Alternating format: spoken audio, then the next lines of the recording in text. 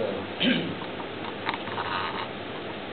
Hindu society in the last 1 or 2 years have lost so many illustrious persons. Rao disappearing, basically, I think the great decision of moral and intellectual resources.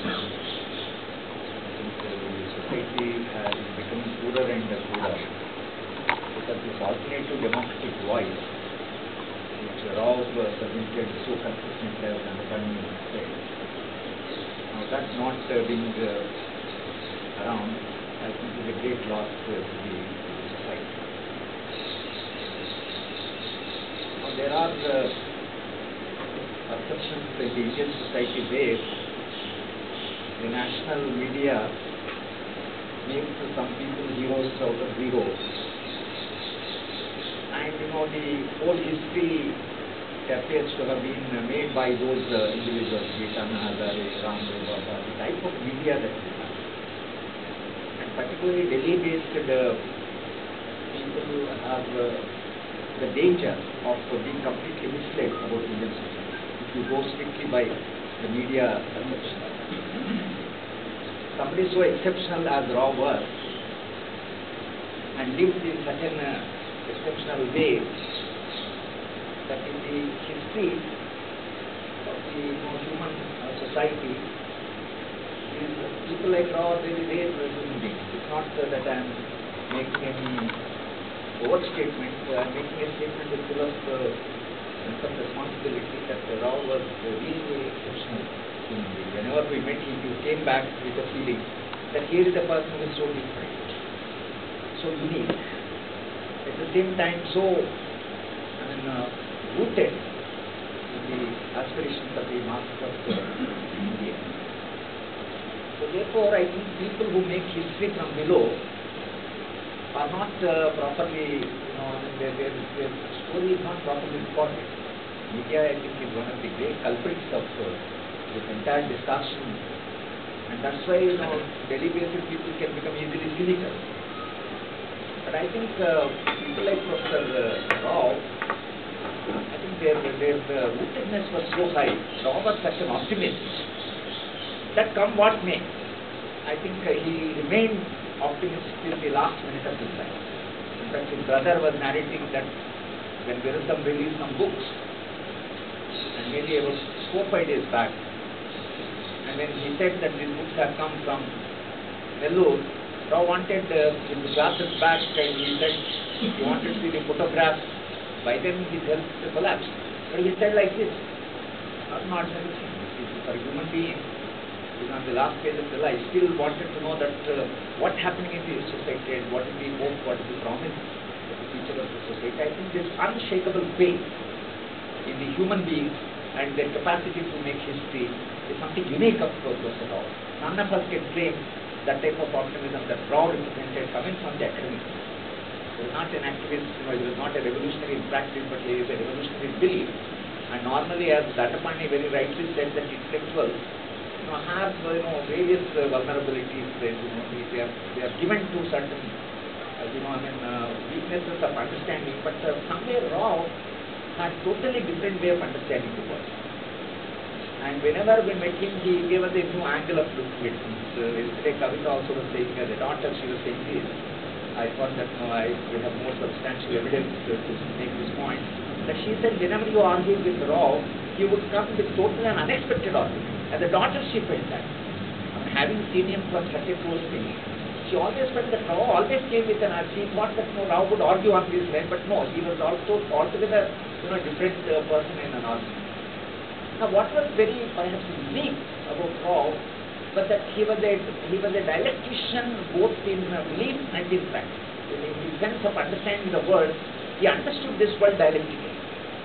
So if you are arguing something with him, he would dialectically look at that point and come out with a different explanation of the opposite forces, contradictions, conflict, how the emotions in the human society is set. I think Rao had that type of understanding.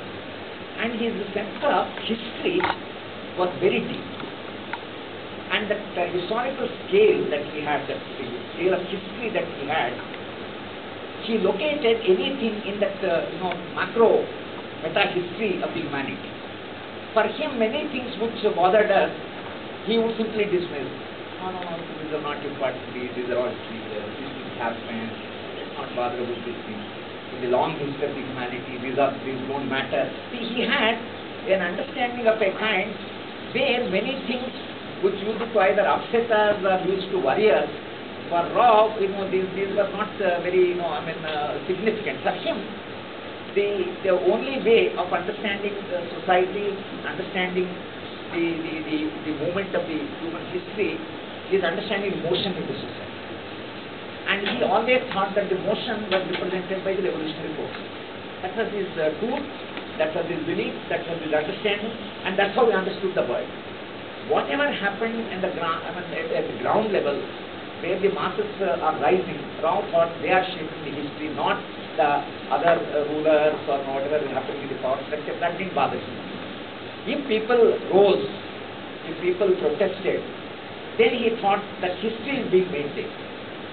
That's why any protest in the society, particularly the whole armed struggles, he thought that they are shaping the history of the society. In fact, Veely was telling, perhaps he will narrate that when Rao was not in touch with what was happening, and when he met him, he said, if Kranti and Sujana, if these two things are available, I know what is happening in the society. I don't need to read the newspapers, I don't need to listen to this. What is happening on the ground, if I get the journals which are reporting about the struggle of the people at the ground level, I understand what's happening in the society. That was the way that he was completely rooted in the history of the humanity through struggle. I think that was the strength of Rao. Both in his Marxist understanding and history, understanding history. For him, that's why whenever we met, smaller things, the trivial things, whatever is happening around, didn't bother him.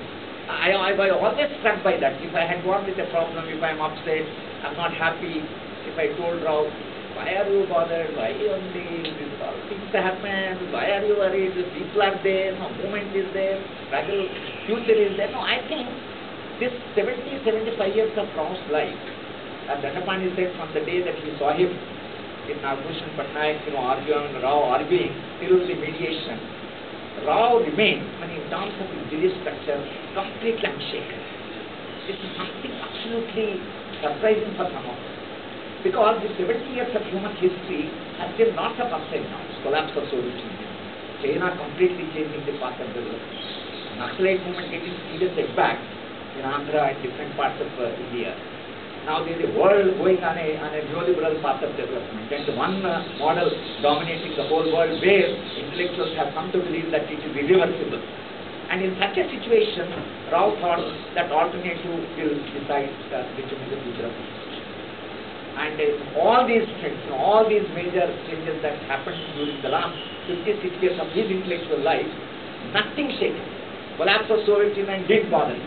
Didn't disturb in the sense that he didn't think that socialism has come to an end. Rao, on the other hand, what is very surprising, as there was a greater crisis, both global and national, his faith in the Marxist-Leninist philosophy or Marxist-Maoist philosophy got strengthened. That is the dialectic. The dialectic, I think the beauty of the dialectic is, if there is a crisis, one sees the hope. Now that's how Rao always used to argue with us. If you see a crisis, he would say hope, he would say promise. Then obviously you think that history is getting, accentuated, or the process is getting hidden.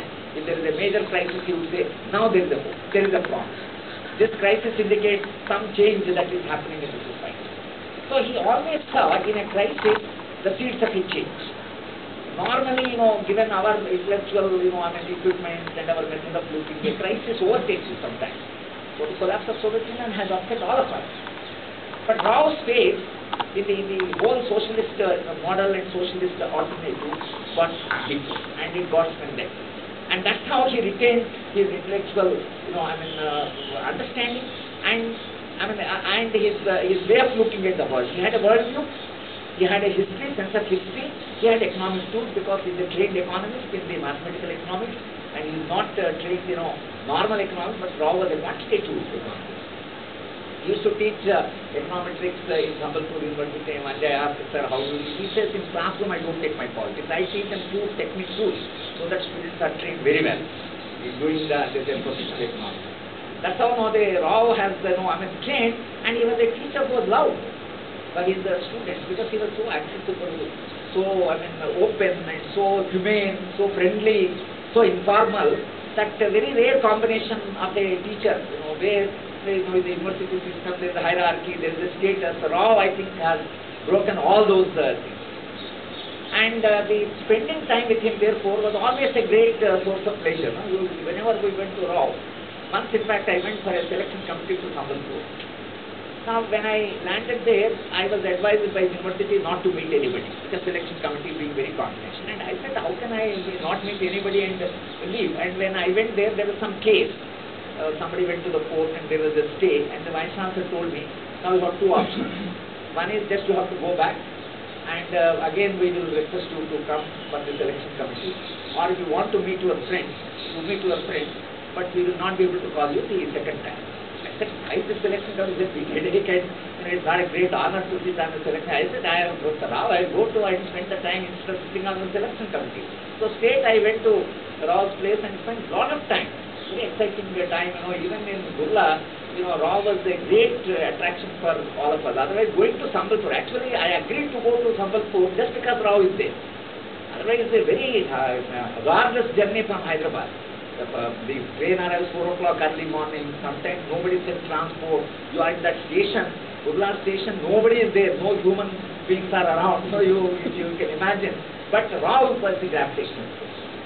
That is because of his sharp intellect and that optimism in the person used to take you back as a man with confidence, with a hope, with a positive attitude towards the matters, whatever is happening around.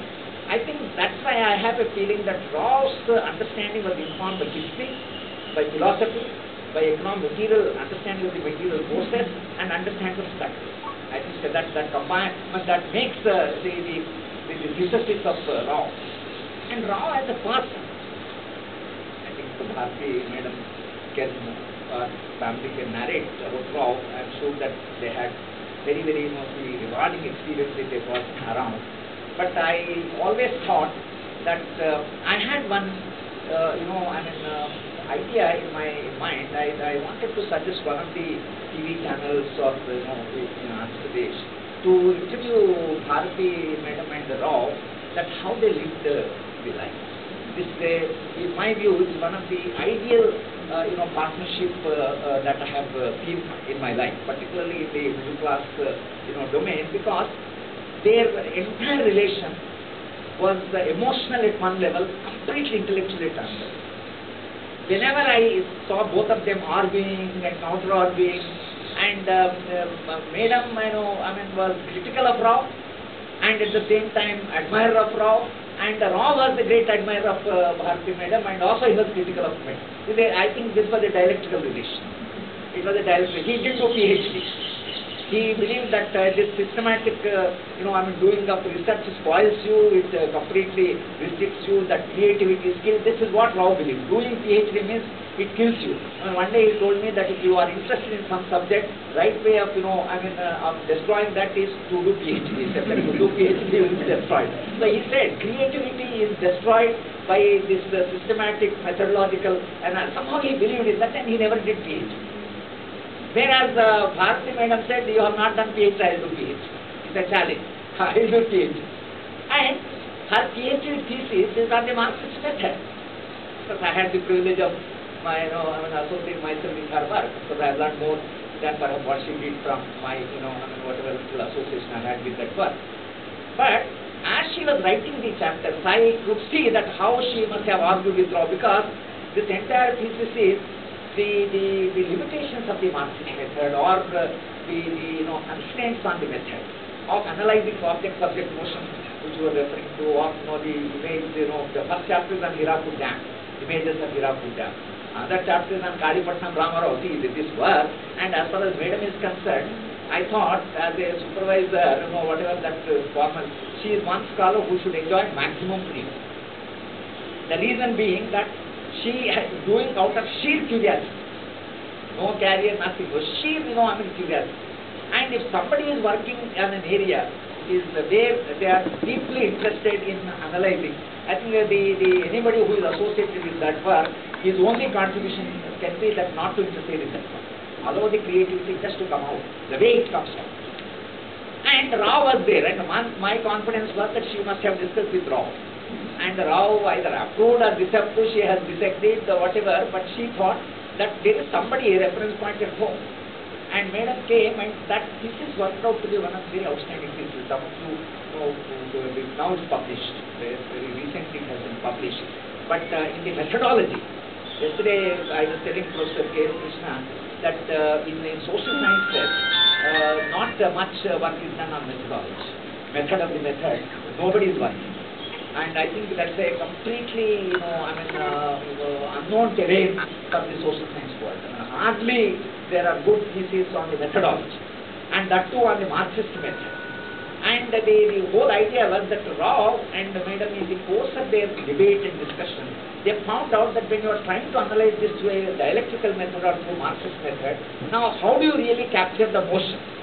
And when she wrote about the object-subject in motion, or the changing image in the time and space, now how do you capture the law? I think that intellectual partnership alone can produce that type of work. That partnership of Rao and Madam has produced that work. It is not possible in the normal course of our research in the universities. So therefore, I think his relation with the Madam was that both of them for hours together would debate.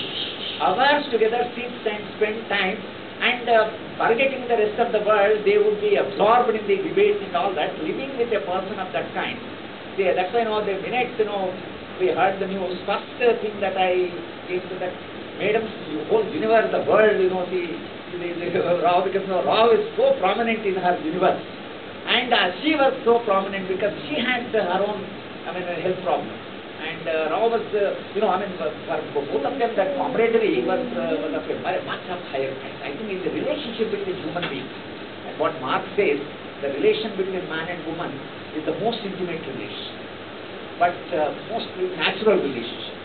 Like perhaps even animal, it has to be humanized. Humanized relationships become natural. Somewhere I think the relations would reach the second stage, that you have humanized, and that humanized relations become almost natural with both of them. I think that is the type of solution to the crisis of the family in Indian middle class. That family is an answer to the crisis in the most of the families. Because most of the time the families are getting into crisis by problems of such a small nature, such a trivial kind, that many families are breaking. Not saying that one should live all through life under regimentation and all. So what I am saying is that the emancipation of the mind, and I think the way that you enter into the relation with other humans has a much higher level. That's only the answer finally to the institution of family. The democratization of the family perhaps is the final answer, civilizational answer to the institution of family. Not the way the family is structured now, but I think this is the family. And the way they brought up Kavita, I always compare Vijay, not that it's a comment on Vijay, but Vijay is a little shy type. As my colleague, very bright, I saw what a type of bright, communication with a absolutely very well-trained mind. But the type of confidence that Kavita has, and the type of, she was brought up like a boy. And Vijay is brought up, with a little, I think they give more freedom, a degree of more freedom to Kavita than to Vijay. This is my, feeling that Rao thought consciously that, when you talk of the gender, how to bring up a daughter. And he was so proud of her. Several times he said, my daughter, she will give it. I don't know the type of work she will do. He used to admire Kavita, and I always used to be, surprised how Rao is, and he won't agree with her, and she won't agree with him. Rao thought that no, she doesn't do all this work, taxation and all this, what is this, the history is there and all that, but in her profession, she is absolutely fast. He admired the type of work, the type of approach that Kavita had without agreeing with, he would have been happy if she had done Marxist analysis, struggle, contradiction, agrarian crisis, that Vijay has done. Vijay got into agrarian crisis and the land relations and all, but Kavita got into totally professional. But the type of freedom they enjoyed, and they both of them became economists. And one test of the genuine admiration is doing what their father has been doing. I mean, in other words, many people don't want to do what their parents are doing, but if the children then that the genuine admiration for their parents, possibly that is what made them to go to given their bright thing, they could have become doctors these days. That's the fashion. But I think Rao was the Democrat in that. He was a Democrat to the core. He was an open person. He was absolutely informal and very jovial and very humorous, sometimes. And I mean, as a person, Rao is very lovable. Now, in fact, I have thought friends, but with Rao, such an intimate touch. Although many months together I would have not met him, but once you meet him, that's enough. That's like an oxygen. For a long time it can go, and you would have got number of ideas from. And as far as I am concerned, as a friend, personal relationship is concerned, they never have written something. He has either commented on it, he has talked to me, or he has written. Whatever I have done, I wrote a paper on secularism in Aranatara, and he told me one day that Hargopal, your article has not been taken seriously by Telugu readers. I don't know why it has not been debated. Pullappan himself has written a commentary on that. And in fact, when I wrote some paper in Varta, he wrote an article in Dictionary, critiquing me, in a way pointing out the limitations of my analysis. But somehow, whenever I wrote something, there was one person was very closely watching what I am writing and how, what are the limitations of my writing. So that way you miss somebody who was constantly watching your ideas and the way you are, you are developing the ideas. I think my last comment would be that Rao, as an academic, see what happens in the Indian context when you look at the intellectual life. Rao was in Gokhale Institute. And Gokhale Institute in the days, when we were students, was the most prestigious institution in economics. And with Gargill and with very, very eminent economists in Gokhale Institute, somebody leaving Gokhale Institute and making a conscious choice to go to Sambalpur is not an ordinary decision. It's not an extraordinary decision. For Madam, she suffered because she didn't have opportunity in Sambalpur. She herself is a scientist. And children also in a way lose the type of the microclimate. But Rao thought that Hirakud Dam and the Sambalpur is located at the foot of the Hirakud. And his first work is development and displacement and the light and the shade of the development. And he was constantly concentrating. While everybody was admiring Hirakud, Rao was critiquing Hirakud. And that is there. And he went there, and whenever he saw Hirakud, he has not seen in Hirakud the growth and the progress. He saw the displacement and suffering of the people. And he always thought that that is not model of development. That's not the model of development for India, and the model of development is something else, and this is the wrong path of development. I think he was watching Hirakud always as a symbol of exploitation, symbol of displacement, the source of suffering for the people, deprivation, and not as a symbol of growth, which economics has been trying to concentrate. 9.5% rate of growth, 10% rate of growth. But Rao growth absolutely